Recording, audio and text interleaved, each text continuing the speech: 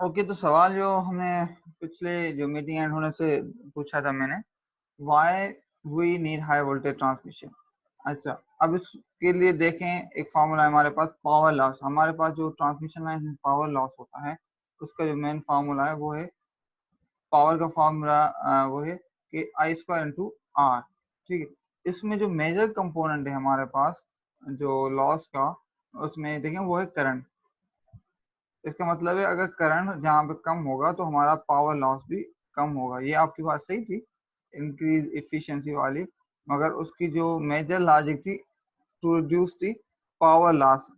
ठीक है, power loss को रिड्यूस करने के लिए फिर हम क्या करते हैं, क्योंकि हमने एक चीज पढ़ी है कि अगर सेम पावर, मिसाल लो दो साइडों के पावर सेम हो, तो ये पॉसिबल है कि दोनों साइड का वोल्टेज भी अलग हो।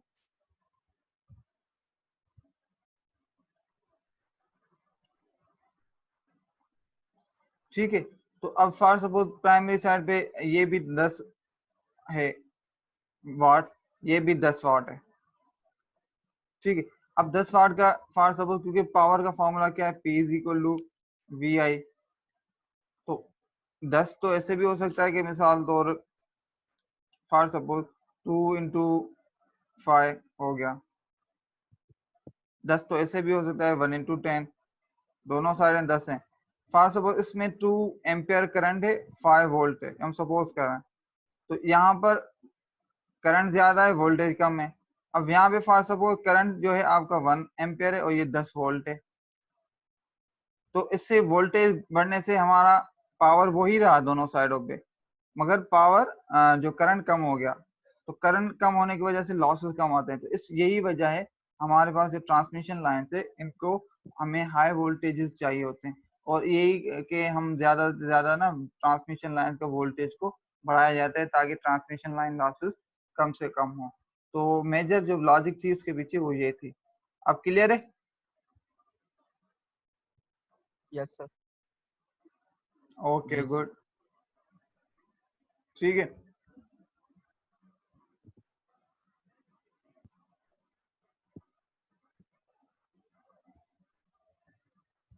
अच्छा, why isn't power delivered at high voltages?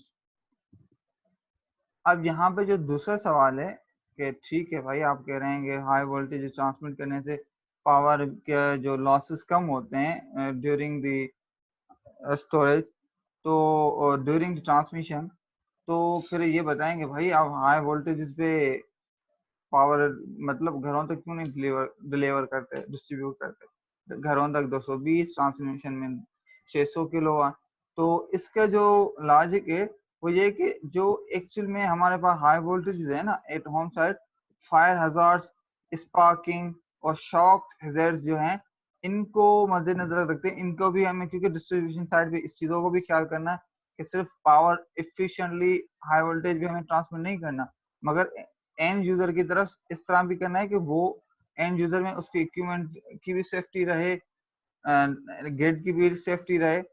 तो इस वजह से जो हमारे पास पावर जो डिलीवर्ड किया जाता है वो हाई वोल्टेजेस में नहीं, लो वोल्टेजेस पे कोशिश करके किया जाता है, ताकि हमारे पास पावर जो है उसके हैजर्ड जो पावर के वो ज्यादा ना हो। अल्लाह माफी दे, अगर हाई वोल्टेजेस पे आपको जो किसी का कॉन्टेक्ट हो जाए, शॉर्ट सर्किट हो जाए, वो एकदम आपके पास आग पकड़ सकता है, क्योंकि जब हमारे पास शॉर्ट सर्किट होता है तो करंट का फ्लो होता है, और जितना हाई वोल्टेज होगा फिर शॉर्ट सर्किट की सूरत में उतना ज्यादा करंट फ्लो होगा, और करंट फ्लो होने की वजह से वहां पे हमारे पास जो हीट जनरेट होगी और वहां से आग भी पकड़ सकता है। और इस तरह के अक्सर केसेस इस इवन लो वोल्टेज जो हमारे होते हैं 220 440 पे भी देखे गए हैं, रियल लाइफ में होते हैं।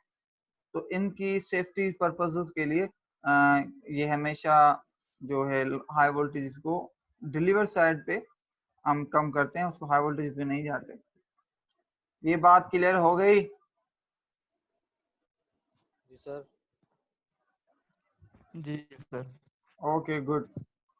अच्छा, ये मेरे ख्याल में पावर ट्रांसमिशन वाली, अब बात तो आप लोगों को प्राइमरी ट्रांसमिशन वाली सारी बातें क्लियर हो चुकी होंगी, क्योंकि ये अभी पूरी मैंने वीडियो में आपको दिखा के समझा दिया था कि ये क्या क्या क्या चीजें होती हैं। ठीक है, अगेन एक दफा मैं जी रिपीट करवाता हूँ। जनरेशन किसी भी टाइप की हो, ठीक है, हमारे पास यूजुअली जनरेशन की जो लेवल है वो 11 केवी 12 13 मतलब इतनी ज्यादा बड़ी लेवल पे हम जनरेशन नहीं कर सकते, क्योंकि जनरेशन जो होती है हमारे वो यूजुअली होती है फार साइड। मतलब अब डैम है, फॉर सपोज मैं इधर हैदराबाद साइड बैठा हुआ हूँ, और जो डैम है पाकिस्तान की बिजली जनरेशन कर रहा है वो कोई इस्लामाबाद साइड या पंजाब साइड पे। अब वो डैम यहाँ पे नहीं आ सकता, और मैं यहाँ से वहां तक नहीं पहुंच सकता, तो फिर पावर मुझे तो यहाँ पे चाहिए ना, और जनरेशन वहां पे हो रही है, तो इसके लिए फिर वहां से यहाँ तक पहुंचने के लिए ट्रांसमिशन लाइन चाहिए होती है। तो ट्रांसमिशन लाइन जो लो वोल्टेज पे करते हैं तो लॉसेस होते हैं, तो उस वजह से उसको हाई पे किया जाता है। तो जनरेशन यूजुअली होती है, जनरेटर्स होते हैं, due to the isolation problems and other factor design constraints, ये 13-14 केवी से ज्यादा नहीं जाता। अगेन रिसर्च जारी है, काम चल रहा है, मगर अभी तक की जो टेक्नोलॉजी के मुताबिक इतना ये है। तो उसमें जो उसको क्या किया जाता है, वो जो 13 केवी को 500 केवी, 220, अभी हमने देखा था 700 तक भी काफी जगहों पे ममालिक में गए हैं, बल्कि उससे भी ज्यादा वोल्टेज उसको ट्रांसफॉर्म वोल्टेज अप करते हैं। जब वोल्टेज अप करते हैं तो trans power reduce sorry current reduce हो जाता है, तो पावर ट्रांसमिशन के लॉसेस कम हो जाते हैं। तो ये हमारी यहाँ से हो जाते हैं सेक्शन में प्राइमरी ट्रांसमिशन शुरू हो जाती है, जो कि अभी अभी हमने वीडियो में देखा था। ठीक है, फिर होती है secondary transmission and primary distribution. ठीक है, अब यहाँ से मिसाल लो, यहाँ से पावर आया प्राइमरी जो उसपे ट्रांसमिशन में, और यहाँ पे पहुंचे ये सेकेंडरी डिस्ट्रीब्यूशन पे सेकेंडरी ट्रांसमिशन पे आ गया। ये साइड जो है ये मैं आपको दिखाता हूँ, ये साइड हमारी हो गई सेकेंडरी ट्रांसमिशन, जो अभी हम देख कर आए थे। ठीक है, फिर प्राइमरी हमारी जो डिस्ट्रीब्यूशन यहाँ तक आती है 11 केवी, फिर यहाँ से हमारी सेकेंडरी डिस्ट्रीब्यूशन शुरू हो जाती है। ये सारा एक वीडियो में बड़ा बेहतरीन मैंने देख आपके साथ शेयर की थी, उसको आप दोबारा रिपीट करके भी देख सकते हैं। क्लियर है? जी सर। जी सर। तो अभी तक के लिए जो हमने डिस्क्राइब किया, अभी तक जो चीजें हमने डिस्कस की, उनमें से किसी को कोई किसी को भी कोई कंफ्यूजन हो तो मुझसे पूछ ले।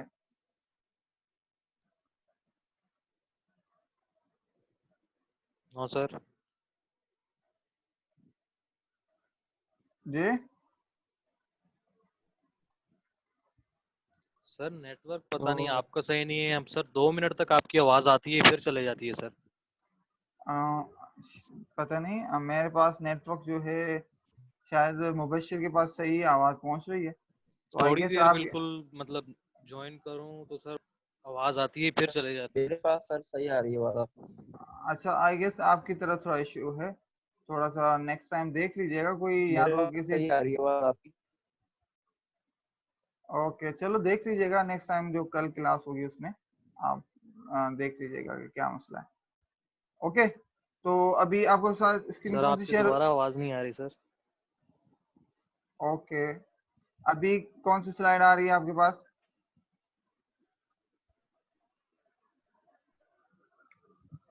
सर मेरे पास अभी आ रही है लेक्चर 1B डिस्ट्रीब्यूशन सिस्टम। ठीक है, गुड।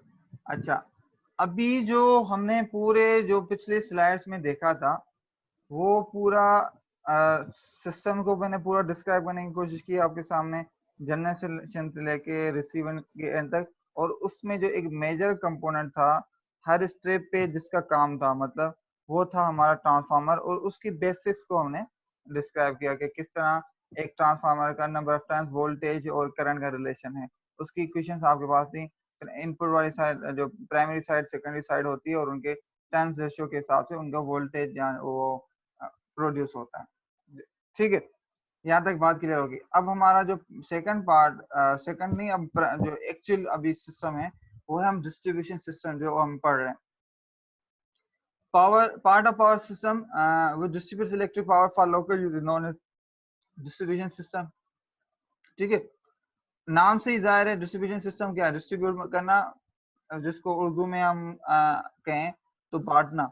तो ये भी पावर सिस्टम में वो सिस्टम जो कि कंज्यूमर्स तक अपने पावर को डिवाइड करता है, बांटता है, आम लफ्जों में कहें तो हम उसको डिस्ट्रीब्यूट सिस्टम कहते हैं। जिस तरह हमारे पास पहले फॉर सपोज कराची में या किसी एक गांव में पहले एक कोई मेन ट्रांसमिशन होगी जहाँ से हमें वोल्टेज मिल रहा होगा, फिर वो एक घरों में आहिस्ता आहिस्ता मीटर्स के थ्रू वो वोल्टेजेस जाते हैं, मतलब पावर जाता है, पहुंचता है। ठीक है। In general, distribution system is the electrical system between substation fed by the transmission system and the consumer's meter. It is generally consists of the feeders, distributors and servicemen. ठीक है। जो सिस्टम जो है इलेक्ट्रिकल या distribution system, वो ये होता है कि जो ट्रांसमिशन लाइन का जो सब स्टेशन है वहां से लेके कंज्यूमर के मीटर तक जितना भी वो आपके पास सिस्टम है, नेटवर्क है, इसको हम कह रहे हैं ये आता है डिस्ट्रीब्यूशन सिस्टम की कैटेगरी में। ठीक है। अब इसके 3 कंपोनेंट्स हैं। कौन कौन से? एक होता है फीडर, दूसरा डिस्ट्रीब्यूटर्स, तीसरा है सर्विसमैन। ठीक है। अक्सर आपने सुना होता है कि फीडर ट्रिप हो गया, फीडर ट्रिप हो गया, ये सुने हुए लफ्ज है, हाँ या नहीं? जी सर। ये लफ्ज ना फीडर का अक्सर न्यूज में आता है कि इलेक्ट्रिक का फलाना फीडर ट्रिप हो गया था जिसकी वजह से इस फलाना जगह पे एरिया में लाइट नहीं थी, फलाना लाइट नहीं है। ठीक है। तो ये जो फीडर है ये डिस्ट्रीब्यूशन सिस्टम का पार्ट है। फीडर कोई समझो कि वो नहीं है जो बच्चों वाले होते हैं, वो नहीं है। फीडर एक कंडक्टर है जो सब स्टेशन से लेके जो एक्चुअली जिस एरिया में जहाँ पे पावर डिस्ट्रीब्यूट हो रहा होता है वहां तक एक समझो कि तार, जिसको हम उर्दू में बोले एक वायर है, वो है। मतलब एक आपका सब स्टेशन से लेके आपके जो डिस्ट्रीब्यूट करने वाला जो सिस्टम है वहां तक जो वायर है उसको हम कहते हैं वो फीडर्स। ठीक है। और दूसरा होता है distributor. A distributor is a conductor from which tappings are taken for supply to the consumers. ठीक है। वो टेपिंग्स मतलब जहां से कनेक्शंस लिए जाते हैं और बाकियों को दिए जाते हैं। मतलब आपने अक्सर देखा होगा कि एक मिसाल सिस्टम आ रहा है और उसमें 10 लोगों के कनेक्शन लगे होते हैं और फिर उनके पास घरों में जा रहे होते हैं, तो वो हमारा होता है डिस्ट्रीब्यूटर। जिस तरह डिस्ट्रीब्यूटर बॉक्सेस भी होते हैं, अक्सर सुना होगा। ठीक है। तीसरा होता Yes, है serviceman. Serviceman generally small cable which connects the distributor to the consumers terminal. मतलब जो वायर होती है जो मीटर जो होते हैं ना सर्विसमैन तार हम कहते हैं, सर्विस तार, तो वो कौन सी तार होती है जो खंबे से लगी लगकर आपके उसमें आती है, यहाँ खंबे से, यहाँ जो उसमें बॉक्स होता है उधर से कनेक्ट होके आपके मीटर तक आती है और मीटर से घर तक आती है। तो ये जो आपके सर्विसमैन को कहते हैं। उसका जनरल स्ट्रक्चर जो है वो आपके सामने ये है।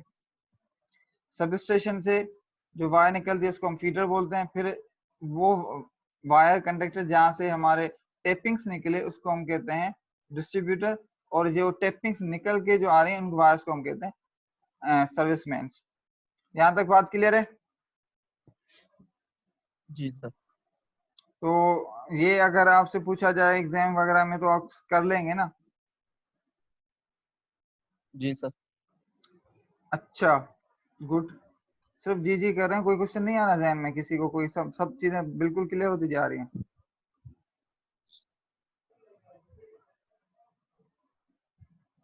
अच्छा, अब डिस्ट्रीब्यूशन सिस्टम को 2 हिस्सों में डिवाइड किया जाता है। कौन कौन से? सर एसी डिस्ट्रीब्यूशन और डीसी डिस्ट्रीब्यूशन। हाँ, मतलब कि अगर डिस्ट्रीब्यूट सिस्टम को क्लासिफाई किया जाए, क्लासिफिकेशन के भी 3 टाइप्स क्लासिफिकेशन की टाइप्स हैं। एक होता है ना जिस तरह फॉर सपोज क्लासिफिकेशन में ऐसे भी होता है कि कभी आपके पास 10 चीजें हों, 10 चीजों में डिफरेंट कलर और डिफरेंट समझो कि आप आपके पास समझो कि एक मैं यूं कहूँ कि 10 टी शर्ट्स हैं जिसके डिफरेंट कलर्स और डिफरेंट साइजेस की टी शर्ट्स हैं। तो उन 10 टी शर्ट्स में आपको एक क्लासिफिकेशन ये हो सकती है कि भाई जो सेम कलर की एक साइड करो और जो दूसरे कलर्स की हैं उसको दूसरी साइड करो। तो उसको हम कहेंगे क्लासिफिकेशन बेस्ड ऑन कलर्स। फिर होता है कि फॉर सपोज वही टी शर्ट्स को मैं कहूँ कि नहीं, जो स्मॉलर साइज है उनको अलग करो, बेशक कलर कोई भी हो, और लार्ज साइज है उनको अलग, मीडियम को अलग। तो वो क्लासिफिकेशन उनकी चीजों की होगी based on the size of the T shirt. तो यहाँ पर भी वही सेम चीजें हैं, मगर उसकी क्लासिफिकेशन भी तीन तरह की बताई गई हैं। एक तो है नेचर ऑफ द करंट, क्योंकि यूजुअली हमारे पास दो ही टाइप्स के करंट के नेचर हैं, या तो एसी होता है या तो डीसी होता है। तो इस तरह करंट्स के नेचर के हिसाब से जो डिस्ट्रीब्यूशन सिस्टम है उनको वो नाम दिया जाता है, एक एसी डिस्ट्रीब्यूशन सिस्टम, दूसरा डीसी डिस्ट्रीब्यूशन सिस्टम। एसी में फिर प्राइमरी और सेकेंडरी जो अभी हम पढ़ कर देख कर गया था। अच्छा, फिर है स्कीम ऑफ कनेक्शन। अच्छा, अब स्कीम ऑफ कनेक्शन में क्या मतलब है कि फॉर सपोज ये सब स्टेशन से लेके जहाँ से डिस्ट्रीब्यूशन सिस्टम स्टार्ट होता है वहां से लेके कंज्यूमर तक आपका जो नेटवर्क कनेक्शन है वो किस तरह है, उसकी नेचर क्या है। उसके तीन टाइप्स हैं, एक रेडियल, रिंग मेन, इंटरकनेक्टेड। अच्छा, ये रेडियल, मेन, रिंग, इंटरकनेक्टेड हर किसी के अपने अपने प्रोज एंड कॉन्स हैं। वो कौन से, अभी उन चीजों को हम देखेंगे। सर ये रेडियल सिस्टम सर ये वही कहलाएगा ना, जिससे सर मतलब बिल्डिंग में सर होता है पॉपुलेटेड एरियाज में देखा जाए तो सर ये मतलब पावर फेलियर के लिए सर शॉर्ट सर्किट जो होते हैं सर पावर लाइन में जो इंटरप्ट करती है पावर, सर उसकी जो है पावर जो है रिस्टोर हो जाती है। नहीं नहीं, आप शायद कुछ और बात कर रहे हैं। मैं अभी बताता हूँ, अभी इस पे आते हैं, मैं इसको भी डिटेल में करेंगे इंशाल्लाह, इसको भी आते हैं। जी ठीक है, ये तीन टाइप्स के हमारी जो डिस्ट्रीब्यूशन सिस्टम की क्लासिफिकेशन है बेस्ड ऑन दी कनेक्शंस, मतलब किस नेचर के कनेक्शन है। तीसरा जो हमारे पास है वो है type of construction. Distribution system के टाइप ऑफ कंस्ट्रक्शन बेस्ड दो क्लासिफिकेशन है, इधर अंडरग्राउंड सिस्टम और ओवरहेड सिस्टम। और आई गेस अंडरग्राउंड सिस्टम और ओवरहेड आप लोगों के दोनों सुने हुए वर्ड्स हैं, और इसको भी हम डिस्क्राइब करेंगे। ठीक है। अच्छा, अब ये एसी और डीसी है जो बिल्कुल स्टार्टिंग में जो आए थे, सिस्टम आए थे, वो थे डीसी सिस्टम। बिल्कुल स्टार्टिंग में जब एडिसन ने अपनी एक इलेक्ट्रिक पावर की कंपनी स्टार्ट की थी और उसने इस सिस्टम को, नेटवर्क को बढ़ाया, मगर वो डीसी को सिस्टम्स जो हैं उनको इतना ज्यादा एक्सपेंड नहीं कर सका। तो उसकी कोई, मैं आपसे पूछूं क्या रीजन हो सकती है, बता सकते हैं अभी तक को हमने जो स्टडी की है कि क्या रीजन हो सकती है कि डीसी सिस्टम इतना ज्यादा एक्सपेंड नहीं होता। एक्सपेंशन का मतलब ये है कि मतलब डीसी सिस्टम में जहां भी जनरेट होता था उसके इर्द गिर्द ही आपको जो है क्या कहते हैं उसको कंज्यूम कर सकते थे। अगर ज्यादा दूर लेने जाने की वायर्स के थ्रू कोशिश करते थे तो बहुत ज्यादा पावर लॉस हो जाती थी और एंड यूजर तक आपके पास इतना वोल्टेज नहीं पहुंचता था। तो ये डिस्ट्रीब्यूशन सिस्टम का सबसे बड़ा ड्रॉबैक था। मगर ये क्या क्यों था, आप बता सकते हैं?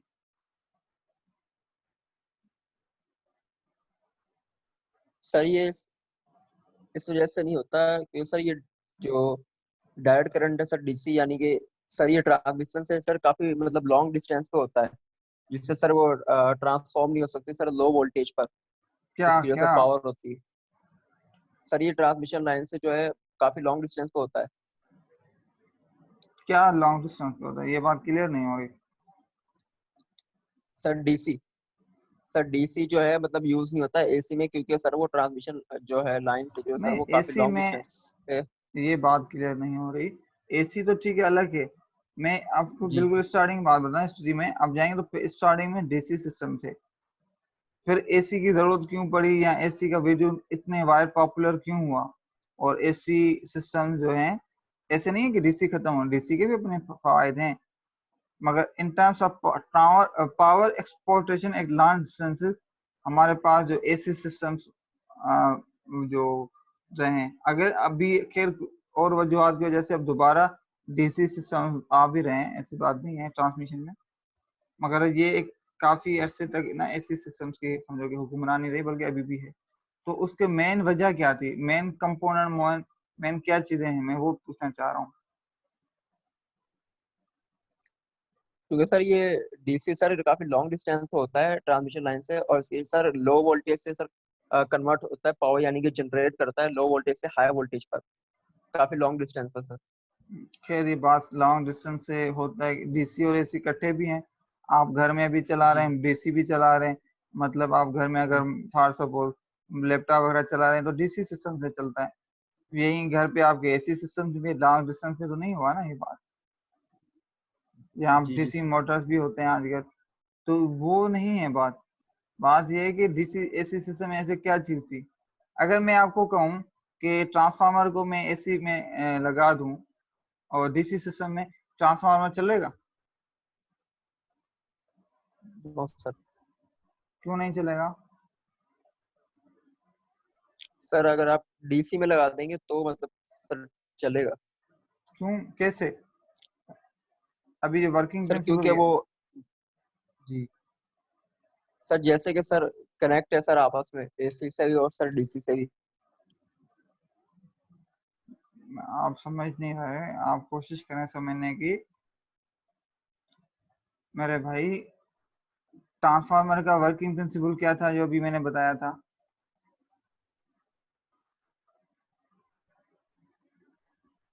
क्या सर था? वर्किंग, मतलब ट्रांसफार्मर का वर्किंग प्रिंसिपल क्या था?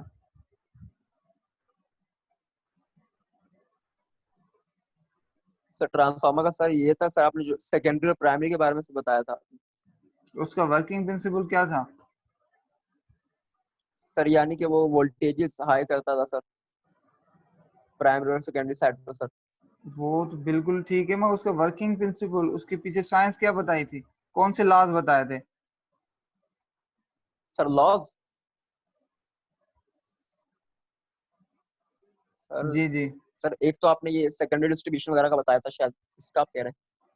सर ये सेकेंडरी डिस्ट्रीब्यूशन का सर आपने बताया था स्टेप डाउन ट्रांसफार्मर का। आप एक काम करें, एक पूरी कल मुझे रिपोर्ट चाहिए आपसे, बल्कि आज रात 12 बजे तक, वर्किंग प्रिंसिपल ऑफ ट्रांसफार्मर, इस पे पूरे अपने वर्ड्स में, कहीं नेट से कॉपी की हुई ना हो, जी सर। एक पेज की रिपोर्ट लिख के आज देंगे। जी सर। बात क्लियर हुई? जी सर। सर कल तक दे देंगे सर, आज हमारी क्लासेस भी है मेरी कोर्सेज की, कल सुबह तक मैं इंशाल्लाह करवा दूंगा सबमिट आप। आज ही कर देंगे, रात 12 बजे तक। रात 12 बजे तक क्लास नहीं है, 1 घंटे का भी काम नहीं है, आज ही करें जी इसको। अच्छा। ये मेजर ठीक है सर कंपोनेंट है, इंशाल्लाह। इसको जब नहीं समझ में आएगा तो फिर आगे कैसे बढ़ेंगे? इतनी सारी फिर मैं जो डिस्क्राइब कर रहा हूँ, इतने बड़े बड़े सिस्टम की बात कर रहा हूँ, तो फायदा ही नहीं है जब यही चीज समझ में नहीं आ रही तो। जी सर इंशाल्लाह मैं कर ठीक दूंगा। है। सर डीसी वो पे थोड़ा मिस कभी हो गया। भी एसी सिस्टम, डीसी पे कभी भी ट्रांसफार्मर नहीं चल रहा, क्योंकि ट्रांसफार्मर का वर्किंग प्रिंसिपल ही ये है, चेंजिंग मैग्नेटिक फील्ड। मतलब जब चेंजिंग करंट आता है तभी मैग्नेटिक फील्ड बनती है, और चेंजिंग मैग्नेटिक फील्ड, सॉरी, जब आपके पास चेंजिंग करंट आता है तो चेंजिंग करंट की वजह से चेंजिंग मैग्नेटिक फील्ड बनती है, और उस मैग्नेटिक फील्ड की वजह से, चेंजिंग मैग्नेटिक फील्ड की वजह से ही आपके पास वोल्टेज इंड्यूस होता है। अगर हम डीसी डायरेक्टली कर देंगे, मैग्नेट तो जनरेट हो जाएगा जिसको हम इलेक्ट्रोमैग्नेट कह लेंगे, मगर वो चेंजिंग मैग्नेटिक फील्ड नहीं होगी, तो उस वजह से जो सेकेंडरी में वोल्टेज इंड्यूस ही नहीं होगा, और नुकसान ये होगा कि ट्रांसफार्मर हीटअप हो जाएगा और वो खत्म हो जाएगा। तो यही सबसे बड़ा जो एसी और डीसी सिस्टम, एसी सिस्टम को पॉपुलर करने की या उसकी डोमिनेंसी आने की सबसे बड़ी वजह भी यही ट्रांसफार्मर था। क्यों? क्योंकि आपके पास जो ट्रांसफार्मर था, वो मिसाल लो प्राइमरी से, सॉरी, जो जनरेशन से आपके पास आ रहा है, तो ये ट्रांसफार्म एसी नेचर की वजह से ही ट्रांसफार्मर से वो अप वोल्टेज अपवर्ड वोल्टेज होता है, और फिर वो वोल्टेज आपके पास बहुत दूर तक जा सकता है without much losing of power. ठीक है, डीसी में ऐसा नहीं था, क्योंकि डीसी में ट्रांसफार्मर नहीं था, तो जैसे जैसे आपके पास डिस्टेंस ज्यादा हो जाता था, तो आपके पास जो वोल्टेज, क्योंकि डीसी में वोल्टेज डाउन होता जाता था, डाउन होता जाता था, आप उसको अप नहीं कर सकते थे। उसमें कोई ऐसा इक्विपमेंट नहीं था जिसको आप उधर जाके वोल्टेज अप करें उसका। और यही वजह है कि डीसी जो जनरेशन है आपकी, वो जहाँ पे जनरेट होता था उसके इर्द गिर्द ही आप उसको कंज्यूम कर सकते थे, लॉन्ग डिस्टेंस में नहीं कर सकते थे। अभी जिस तरह हम बेनिफिट ले रहे हैं कि जनरेशन हो रही है, फॉर सपोज आपके पास डैम पे, बादशाह डैम में फॉर सपोज हो रही है हजारों किलोमीटर दूर, हम उस पावर को यहाँ भी इंजॉय कर सकते हैं, तो ये just because of the DC system. और sorry because of the AC system Yes. Transmission की एसी ट्रांसमिशन और ट्रांसफार्मर की वजह से। ठीक है, जी सर।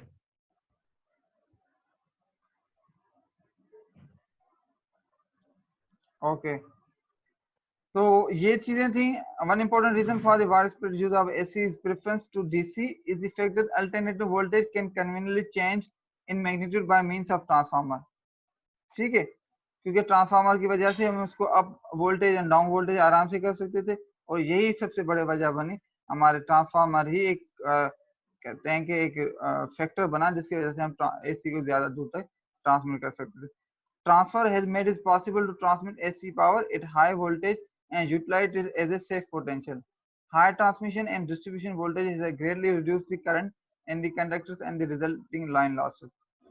ठीक है, ये वही बात है जो अभी पूरी मैंने डिस्क्राइब की। इसको इंग्लिश में लिखा हुआ है कि हम हाई वोल्टेज यूज करते हैं, करंट लॉसेस कम हो जाते हैं, तो पावर लॉसेस ओवरऑल कम होते हैं और हम पावर ट्रांसमिट भी कर सकते हैं।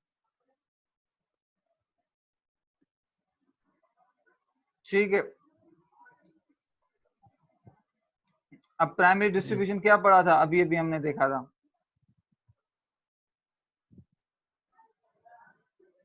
जी सर। प्राइमरी डिस्ट्रीब्यूशन जो हम पढ़े थे अभी, जो वीडियो में मैंने दिखाई थी, वो किस रेंज से किस तक थी?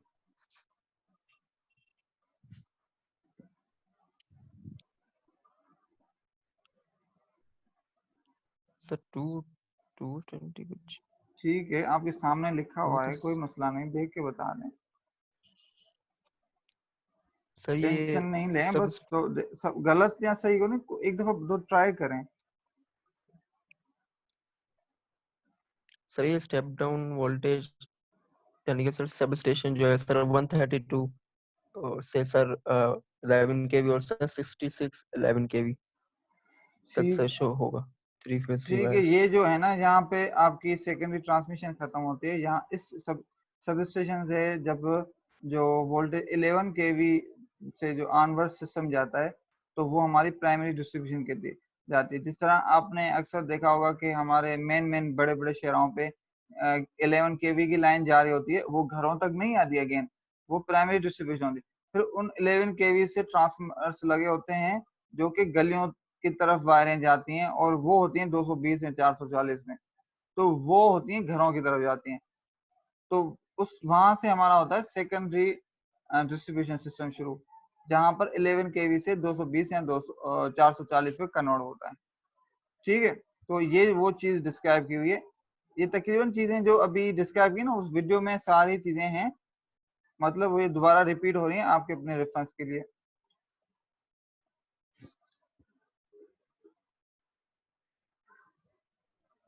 ठीक है, ये वही सिस्टम है कि 11 केवी में जो 3 वायर को फिर कन्वर्ट किया जाता है 440 या 400 वोल्टेज पे। आपके पास 4 वायर 3 फेज सिस्टम है, जहाँ से हमारी सेकेंडरी डिस्ट्रीब्यूशन सिस्टम शुरू होता है, और यहाँ से सेकेंडरी से फिर हमारे घर में कनेक्टेड होते हैं। ठीक है, 3 फेज होते हैं, और ठीक है, फेज आर वाई बी और न्यूट्रल से इनको शो किया जाए। जो फोर्थ वायर होती है, जो कि हमारा वायर कनेक्शन से जो कॉमन पॉइंट होती है तीनों फेजेस में, वहां से जो न्यूट्रल वायर आती है, वो हमारे उसको हम न्यूट्रल कहते हैं, और बाकी जो फेजेस हैं उसको आर वाई बी के नाम से लिखा जाता है। तो ये हमारा है सेकेंडरी डिस्ट्रीब्यूशन सिस्टम।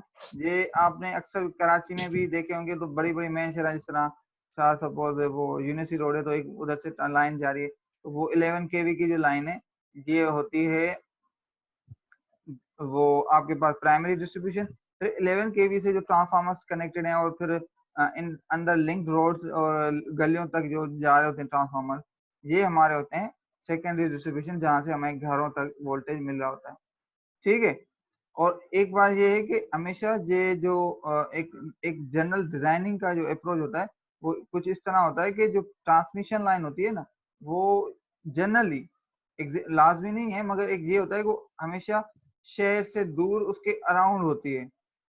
मिसाल सेकेंडरी ट्रांसमिशन फॉर सपोज ये कराची का शहर है, तो इसके इर्द गिर्द जो है ना, वो ट्रांसमिशन लाइन बाहर से घूमेगी, और जो डिस्ट्रीब्यूशन जो लाइन है, जो प्राइमरी डिस्ट्रीब्यूशन है, फिर वो लाइन सिटी में अंदर घूमेंगे, फिर वो डिस्ट्रीब्यूशन से फिर मजीद जो है सेकेंडरी डिस्ट्रीब्यूशन सिस्टम जो है हमारे घरों तक आएगी।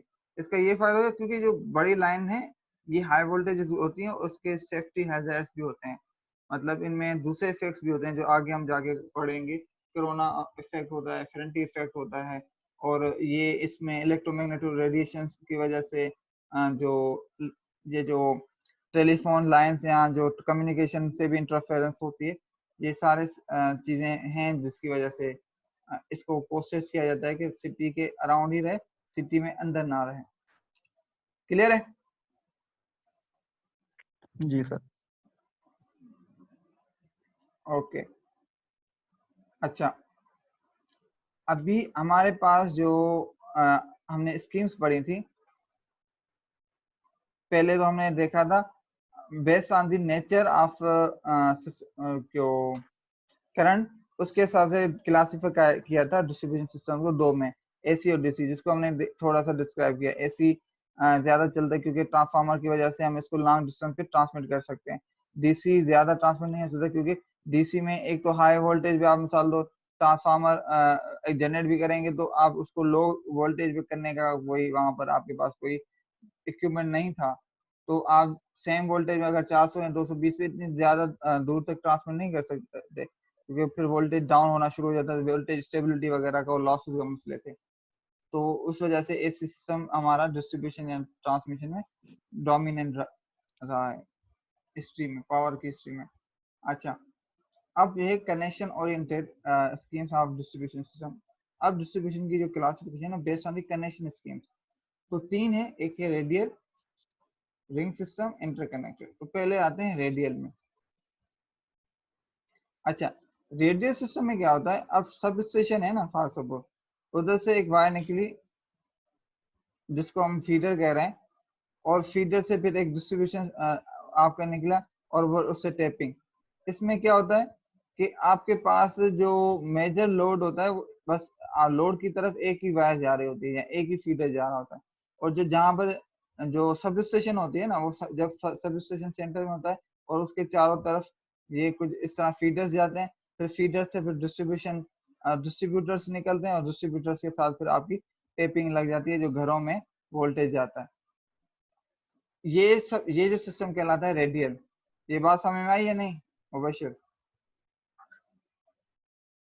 सर ये जी जी सर। सर ये रेडियल का आपने कहा सिंगल सब स्टेशन, ये थोड़ा सर समझ नहीं आया। ठीक है, मैं दोबारा डिस्क्राइब करता हूँ उसको। ठीक है, अभी जो मैं बताना चाह रहा हूँ वो ये है कि आपके पास जो एक सब स्टेशन, मतलब सब स्टेशन वो चीज है जहाँ पे आपके पास समझो कि अब ट्रांसमिशन लाइन आके एंड हुई है, अब यहाँ से आपके पास 11 kV की लाइनें निकलना शुरू हो गई। तो रेडियल सिस्टम में आप उसको यूं समझें कि मैं इसका एग्जांपल यूं देता हूँ, इसको थोड़ा बड़े स्केल में मैं समझाता हूँ कि आपके पास कराची में सब स्टेशन है, ठीक है, अब यहाँ से हैदराबाद की तरफ आपने डिस्ट्रीब्यूशन में भेज दिया। ऐसे होता नहीं है, इतने डिस्टेंस पे ट्रांसमिशन लाइन होती है। मैं सिर्फ समझाने की कोशिश कर रहा हूँ कि समझो कि कराची में सब स्टेशन है, अब आप हैदराबाद में जो भेज रहे हैं फीडर, अब जो फीडर हैदराबाद में आ रहा है तो यहाँ पर आपके पास समझो कि हैदराबाद में एक ही लाइन आ रही है फीडर की। अब फिर उस फीडर से मजीद जितने भी लोग हैं ना डिस्ट्रीब्यूटर डिफरेंट कनेक्टेड है, फॉर सपोज डीएचए लगा हुआ है, हैदराबाद के जितने भी एक ही फीडर से लगे हैं, ठीक है, तो इसमें क्या होगा, ये कहलाएगा रेडियल सिस्टम। आई बात समझ में? यस सर, अब यस सर। ठीक है, अब मैं जब दूसरा सिस्टम बताऊंगा तो और बात क्लियर हो जाएगी। इसका एक नुकसान है, रेडियल सिस्टम इकोनॉमिकली इजी है, मतलब आपको किसी भी गली में एक ही दफा आपको वो भेजना पड़ेगा, क्या कहते हैं, वायर भेजेंगे और उससे सारा लोड कलेक्टेड होगा। तो इकोनॉमिकली एक ही वायर भेजा, आपने सबको कनेक्ट कर दिया, मगर उसके नुकसान क्या है, जो एंड पे यूजर होगा, ठीक है, वो हेवीली लोड होगा। The end of the distributor nearest to the feeding point will be heavily loaded. मतलब यहाँ पे जो आपके पास डिस्ट्रीब्यूटर है, इसकी ये एंडिंग जो आपके पास फीडर की तरफ एंड है वो हैवीली लोडेड होगी। ठीक है, ये बात समझ में आई। अब ये समझो कि है आपके पास फीडर, ये आपकी है डिस्ट्रीब्यूटर। क्योंकि एक ही लाइन है तो सब लोड इसमें कनेक्टेड है, तो ये हैवीली लोडेड हो जाएगी फीडर के करीब। एक तो ये हो गया मसला इसका। और दूसरा, consumers are dependent on single feeder and single distributor, therefore any fault on the feeder or distributor cuts off supply to the consumer who are on the side of fall away from the substation। अब इसका दूसरा जो सबसे बड़ा नुकसान है जो economically business model के हिसाब से, वो ये है कि अगर फॉर सपोज आपका घर इधर कहीं लगा हुआ है, आपके जो घर पे जो बिजली आ रही है वो सिंगल फीडर से और उसका डिस्ट्रीब्यूटर भी एक ही है। अगर इस फीडर में कोई फॉल्ट आ गया तो ये पूरा एरिया ब्लैकआउट हो जाएगा, इसके साथ जितने भी कनेक्टेड हैं सब ब्लैकआउट हो जाएंगे। ऐसे ही होगा ना, जी सर। क्योंकि इसके साथ कोई कनेक्टेड ही नहीं है।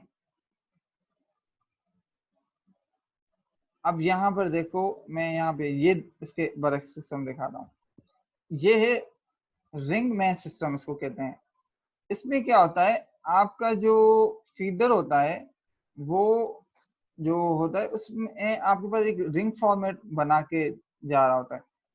अब फॉर सपोज ये आपके पास इस तरह का शेप बना होगा और ये वर्चुअली इस तरह होता है। एग्जैक्टली हम रियल लाइफ में स्क्वायर नहीं बनाएंगे, मकसद ये है कि ये आपस में कनेक्टेड होंगे पॉइंट्स इस तरह। इसका सबसे बड़ा फायदा ये होगा, फॉर सपोज अगर ये फॉल्ट आ जाता है यहाँ पर इस फीडर में, अब इस फीडर के साथ कौन कौन से कनेक्टेड हैं, ये डिस्ट्रीब्यूटर कनेक्टेड है। Yes sir. अब पहले मिसाल लो, यहाँ से पावर आ रहा है, यूं जा रहा है और इसको मिल रहा है इस फीडर को और इस डिस्ट्रीब्यूटर को, और इसमें यहाँ पे भी आ रहा है, इसको भी मिल रहा है, और यहाँ पे जा रहा है, इसको भी मिल रहा है। अब क्या हुआ, अब समझो कि फॉल्ट आ गया। अब फॉल्ट आ गया तो इसका मतलब है ये तो ब्लैक आउट हो जाता ना, हो जाएगा। तो रिंग मैन में ये फायदा होता है कि यहाँ पे ये ब्लैक आउट नहीं होता। पहले इस एरिया को आइसोलेट किया जाता है जहाँ पे फॉल्ट है, और पावर को फिर यहाँ से यूं डाइवर्ट किया जाता है। फिर ये जब तक जहाँ जहाँ पे फॉल्ट है उस एरिया को, उस लाइन को आइसोलेट करके यहाँ से दोबारा पावर को डाइवर्ट वहां पे कर दिया। आई बात समझ में? Yes sir. तो ये रिंग मैन का सबसे बड़ा फायदा है कि आपके पास जो डिस्ट्रीब्यूटर्स हैं उसमें आप किसी एक साइड से भी अगर फॉल्ट आ जाता है तो आप जो है उस फॉल्ट को आइसोलेट करके अपने कंज्यूमर तक अपना पावर पहुंचा सकते हैं। और ये बिजनेस में हमेशा, क्योंकि ये बिजनेस है ना पावर सप्लाई का ना, तो उसमें आपका नुकसान नहीं होगा और आपको कस्टमर सेटिस्फेक्शन रहेगी कि चलो आपका वहां पे थोड़ी देर के लिए लाइट गई, फिर दोबारा आ गई, फिर जहां से मेन उसका रूट था वहां पे जो फॉल्ट को रिजॉल्व करके दोबारा उस साइड से फिर उन्होंने पावर फ्लो करना शुरू करवा दिया। तो रिंग मैन है। फिर रिंग मैन का नुकसान क्या है, तो बिजाय तो ये अच्छी बात है कि चलो ठीक है आपके बिजनेस के हिसाब से भी अच्छा है ये यहाँ, मगर इसका ये कि इसकी कैपिटल कॉस्ट ज्यादा लगती है। ठीक है, कैपिटल कॉस्ट का मतलब है कि वैसे अगर मिसाल तौर में अगर होता तो एक ही यहाँ पे सब स्टेशन से फीडर जाता, जी यहाँ एक ही फीडर जाता, उसमें ये भी डिस्ट्रीब्यूटर कनेक्टेड होता, ये भी होता, ये भी होता। अब वहां पे एक फीडर जाता, अब यहाँ पे चार चार फीडर आ गए, तो चार की इकोनॉमिकल उसकी मेंटेनेंस कॉस्ट भी तो होगी ना, या नहीं? जहाँ पे यस समझोगे सर। आप एक फ्लैट से काम चला रहे हैं, वहां पे आप चार फ्लैट लेंगे तो आपका खर्चा तो होगा ना ज्यादा। मतलब उसमें उनका अगर रेंट पे लिए हैं तो रेंट देना पड़ेगा, अगर अपना खुद के खरीदें तो चार समझोगे उनका आपको अलग पूरा रेंट देना पड़ेगा। तो समझोगे यहाँ पर भी कुछ इससे ये कि अगर चार अलग फीडर्स लगेंगे जहाँ पे एक फीडर से भी आप काम चला सकते थे, तो फिर वहां पर तो आपके पास कैपिटल इन्वेस्टमेंट ज्यादा होगी। मगर सिस्टम अच्छा है ये। ठीक है। जी सर। अच्छा, अब यहाँ पर जो मेन चीज है, ये जो पूरा फीडर सिस्टम है, चार जो रिंग मॉडल बनाया हुआ है, ये एक ही सब स्टेशन से इसको मिल रहा है पावर अभी भी। ठीक है, अगर इसको जहाँ पे फीडर है ये भी दो साइडों से या एक से ज्यादा उसको मिल रहे हो कनेक्शन हो, सब स्टेशन कनेक्टेड हो, तो फिर आपके पास ये इंटरकनेक्टेड सिस्टम कहलाएगा।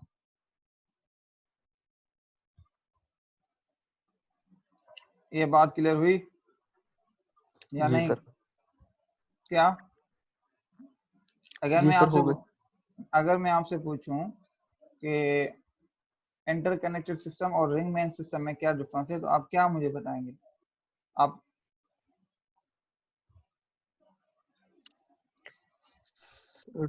इंटरकनेक्टेड। समझ में आ गई है ना? आप कह रहे हैं तो मैं अभी ये भी जी पूछ रहा हूँ कि इंटरकनेक्टेड सिस्टम में और सब स्टेशन में और सॉरी रिंग मैन में क्या डिफरेंस है, मेन डिफरेंस बताओ, तो आप क्या मुझे बताएंगे? ये दोनों फिगर्स आपके सामने सर। ये होगी। सर ये सब स्टेशन और डिस्ट्रीब्यूटर का जो है फर्क है इसमें सर। क्या फर्क है? उसमें भी सब स्टेशन है, इसमें भी सब स्टेशन है, तो फर्क क्या है? मैंने अभी क्या बताया था, लफ्ज एक लिया था मैंने। सर फीडर का। फीडर तो है, दोनों में है। मैंने एक वर्ड जी जी सर, दोनों में। ब्लाइंड बोली थी कि इंटरकनेक्टेड और रिंग मैन में जो मेजर डिफरेंस है वो। सर इसमें आपने बताया था कि